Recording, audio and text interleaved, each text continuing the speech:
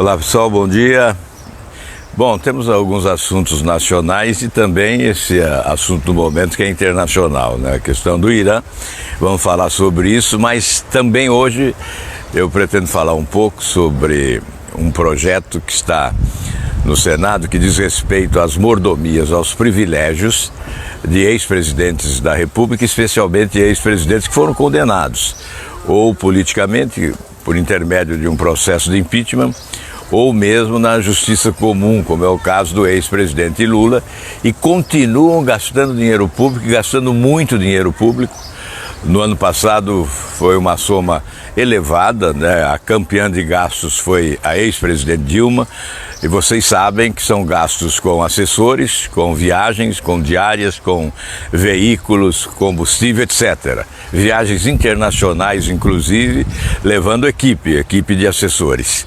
Nós vamos falar sobre isso, mas antes eu quero conversar um pouco com vocês sobre esse episódio que certamente preocupa todo mundo, que diz respeito a uma possibilidade de guerra. E já de pronto eu descarto essa possibilidade de guerra mundial, não é?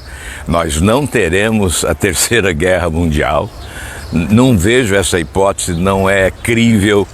Evidentemente não é inteligente admitir a hipótese de uma guerra que não interessa a ninguém. A ninguém interessa uma guerra nos dias de hoje. Mas uma guerra regional, sim.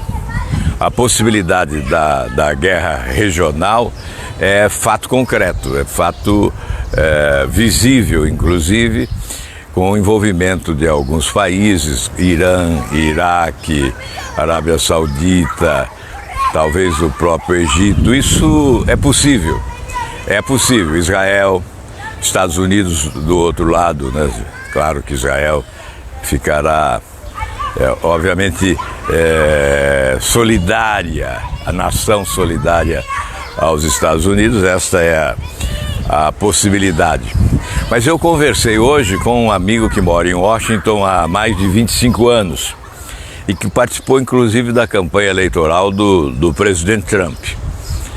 Ele diz que o que é concreto nos Estados Unidos é que na história nenhum presidente que se confrontou internacionalmente, que admitiu a hipótese de guerra ou que declarou guerra, nenhum presidente nessas circunstâncias perde a eleição.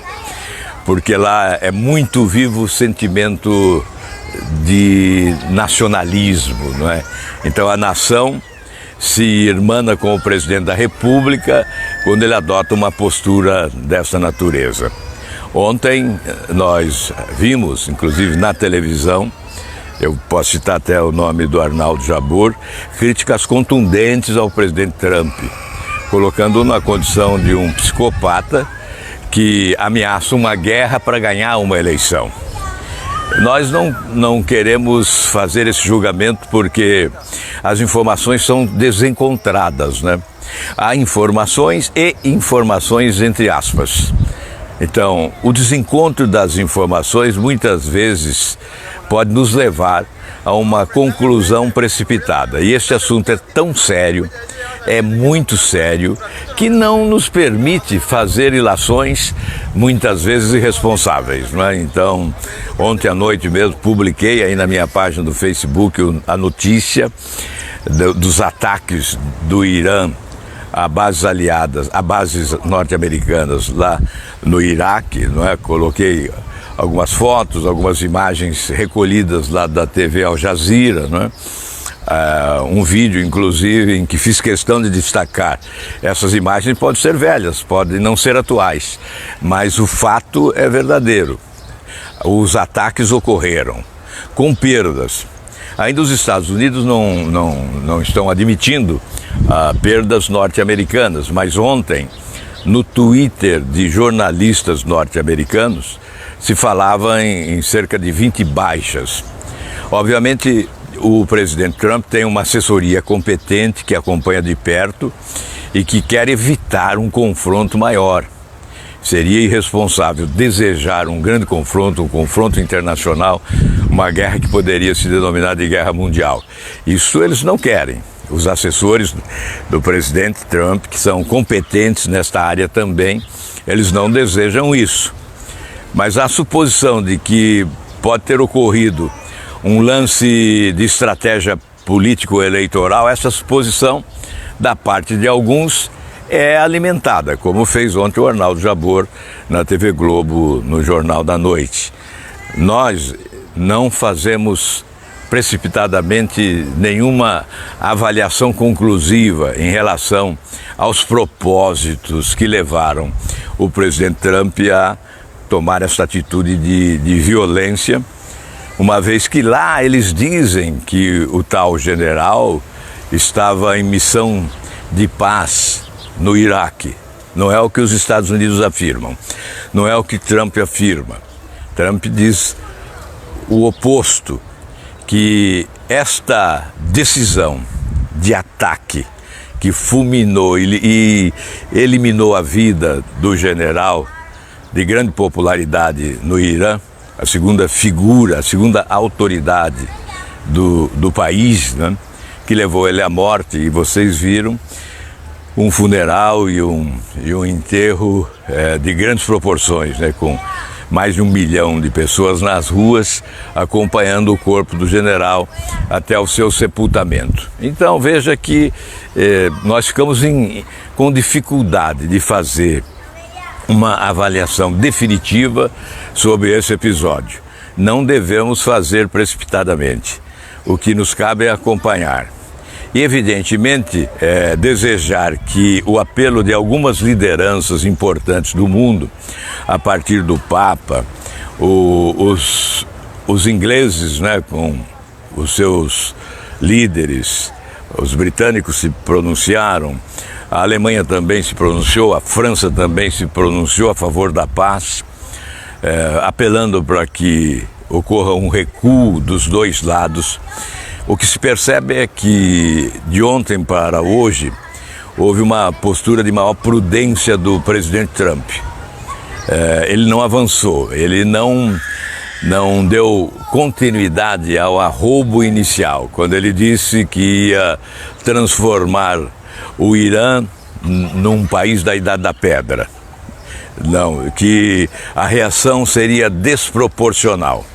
Me parece que houve uma ponderação da sua assessoria técnica em relação a este assunto e houve uma espécie de recuo. Ele evitou inclusive se pronunciar. Aliás, nessa hora, um presidente da República deve falar pouco, não é? Deve pensar muito, deve refletir, deve se aconselhar, deve estudar o assunto, né? Deve ouvir partes diferentes, né? Opiniões divergentes para decidir corretamente e evitando comentários muitas vezes precipitados que podem agravar a crise, né? E dificultar a superação do impasse. Então, na verdade, nós estamos numa situação de esperar um pouco mais, né? E desejar que o Brasil não entre nessa. O que certamente torna impossível, eu diria impossível, uma guerra mundial, é que há uma região distante geograficamente mesmo dos Estados Unidos. Alguém aqui no Brasil diz, olha, a China e a Rússia entrarão na guerra a favor do Irã. Não é bem assim. Não há esse interesse.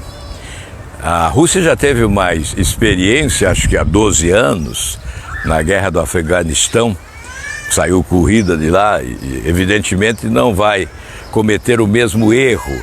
Quando os Estados Unidos chegaram, a Rússia se retirou porque não tinha como estabelecer um enfrentamento àquela época, não é? Eu creio que hoje há interesse sim da China econômico, especialmente em relação ao gás. Um gasoduto está sendo construído há bom tempo, mas economicamente para a China e para a Rússia o enfraquecimento do Irã é bom. Quanto mais fraco ficar o Irã, melhor para a China e para a Rússia. Portanto, eu não acredito, não há essa possibilidade, do meu entendimento, de China e Rússia estimularem um confronto e participarem ativamente dele, indo ao campo de batalha. Não, eu não acredito nisso.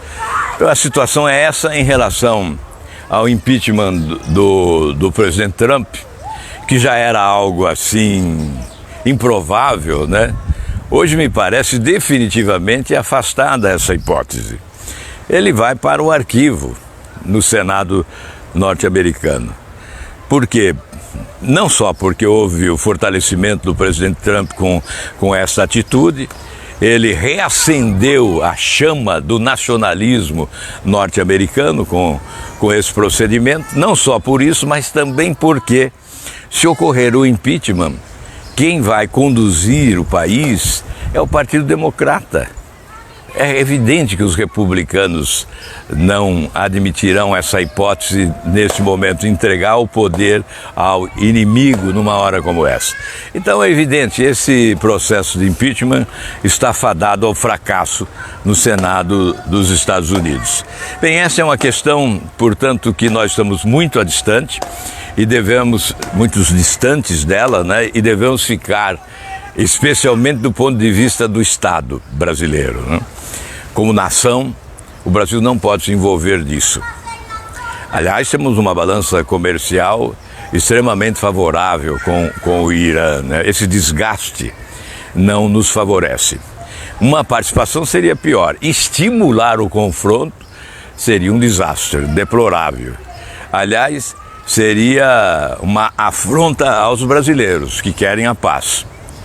O que nós mais desejamos nesse momento é paz para trabalhar, para produzir e para desenvolver o país, promovendo as mudanças necessárias a partir do Estado brasileiro. Porque se nós mudarmos o Estado brasileiro para melhor, certamente nós vamos favorecer o empreendedorismo, os investimentos, a geração de emprego, de salário, de renda, de receita pública e certamente vamos reativar o crescimento econômico, promovendo o nosso desenvolvimento. É isso que nós desejamos, é isso que o brasileiro quer.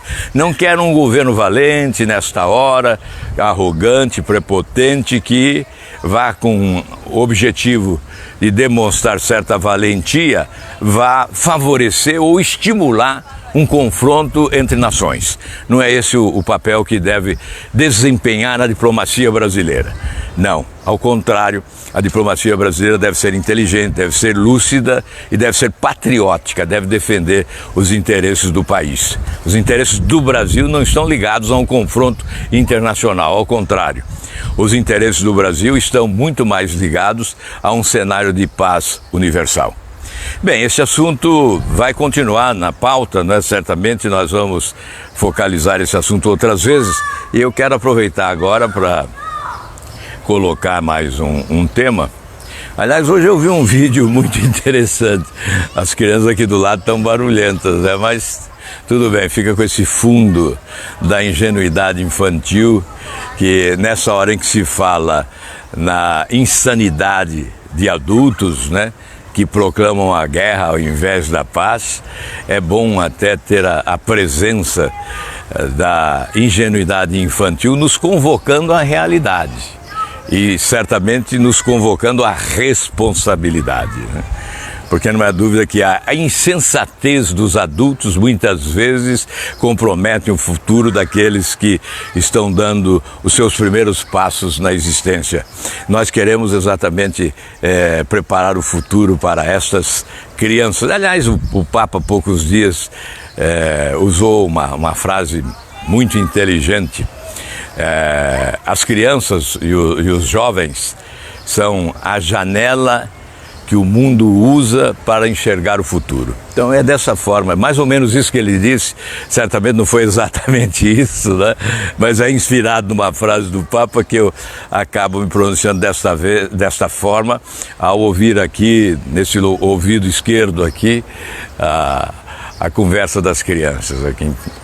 Olha, está aí também na minha página com certo destaque, com muito acesso, né, uma matéria sobre os gastos dos ex-presidentes da República e a informação de um projeto de minha autoria que vem lá desde 2016 ou 2015, se não me falha a memória, 2015, um projeto que pretende acabar com essa mordomia, com esses privilégios de ex-presidentes da República, né, que gastam muito, sem necessidade, porque poderiam gastar do dinheiro deles.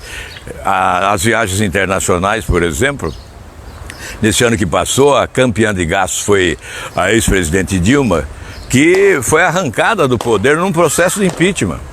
Então é evidente que alguém que foi alvo de uma condenação política, que perdeu o mandato, que foi arrancado do poder num processo legal de impeachment, constitucional, não pode ter esse direito de receber dinheiro público para fazer viagens internacionais acompanhada de uma equipe, de um séquito, né? Um convescote. Essa gente podia até montar aí uma agência de turismo, né? Tanto viajam. Aliás, é preciso ver no Senado também as viagens que recentemente foram divulgadas de autoridades brasileiras dos três poderes. Um exagero. Viagens que se transformaram em verdadeiros convescotes à custa do dinheiro público.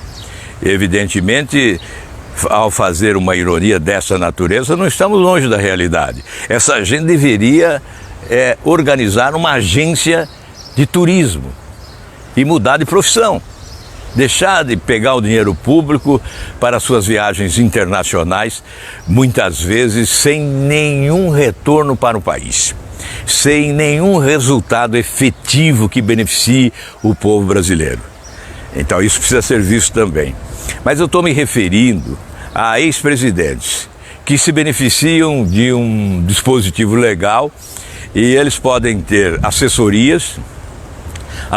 paga pelo governo, dinheiro público, então escolhe os assessores que deseja, faz as suas viagens com despesas pagas, possui veículos à disposição, combustível, segurança, enfim, é um gasto abusivo e, no meu entendimento, desnecessário, especialmente quando se trata de ex-presidentes que foram cassados ou que foram condenados pela justiça comum, como é o caso do ex-presidente Lula. E, evidentemente, logo teremos mais uma condenação de ex-presidente, desta feita, provavelmente, né, não posso pré-julgar, mas tudo indica que o ex-presidente Temer também será alvo de uma condenação muito brevemente.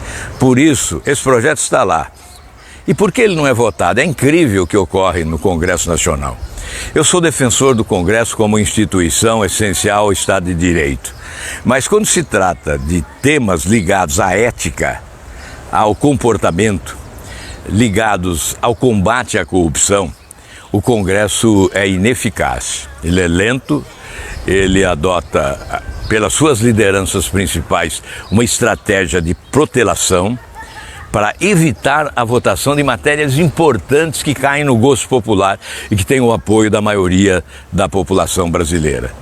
Esse projeto está lá, eu repito, desde 2015, está agora numa gaveta de um senador que é relator. Chegando em fevereiro, eu vou pedir à presidente da comissão, Simone Tebet, que mude o relator para esse projeto andar. Nós precisamos aprová-lo com celeridade. A exemplo do que tem que ocorrer com outros projetos que dizem respeito ao combate à corrupção, ou então vamos para casa. O que estamos fazendo lá? Eu, da minha parte, eu não teria nada a fazer se eu não pudesse combater corrupção no Congresso, porque é uma chaga, porque é uma doença, porque corrói a alma da estrutura da administração pública brasileira. Vocês viram, a Operação Lava Jato revelou em detalhes os mistérios da corrupção no Brasil, as delações de Palocci e outros, uma corrupção monumental. E nós somos obrigados ainda, olha, me perdoem a expressão, a ouvir de alguns idiotas brasileiros que o ex-presidente foi condenado num tribunal de exceção sem provas. Olha, brinquem com a inteligência de outros. Não brinquem com a inteligência de quem é decente nesse país, que trabalha duro e paga impostos. Roubaram, sim, roubaram muito, roubaram demais, assaltaram o Brasil, assaltaram os cofres públicos.